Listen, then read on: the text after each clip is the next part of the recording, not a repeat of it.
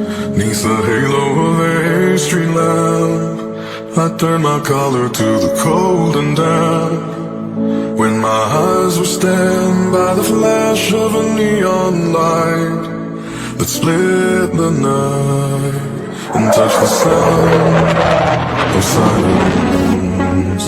And in the naked light I saw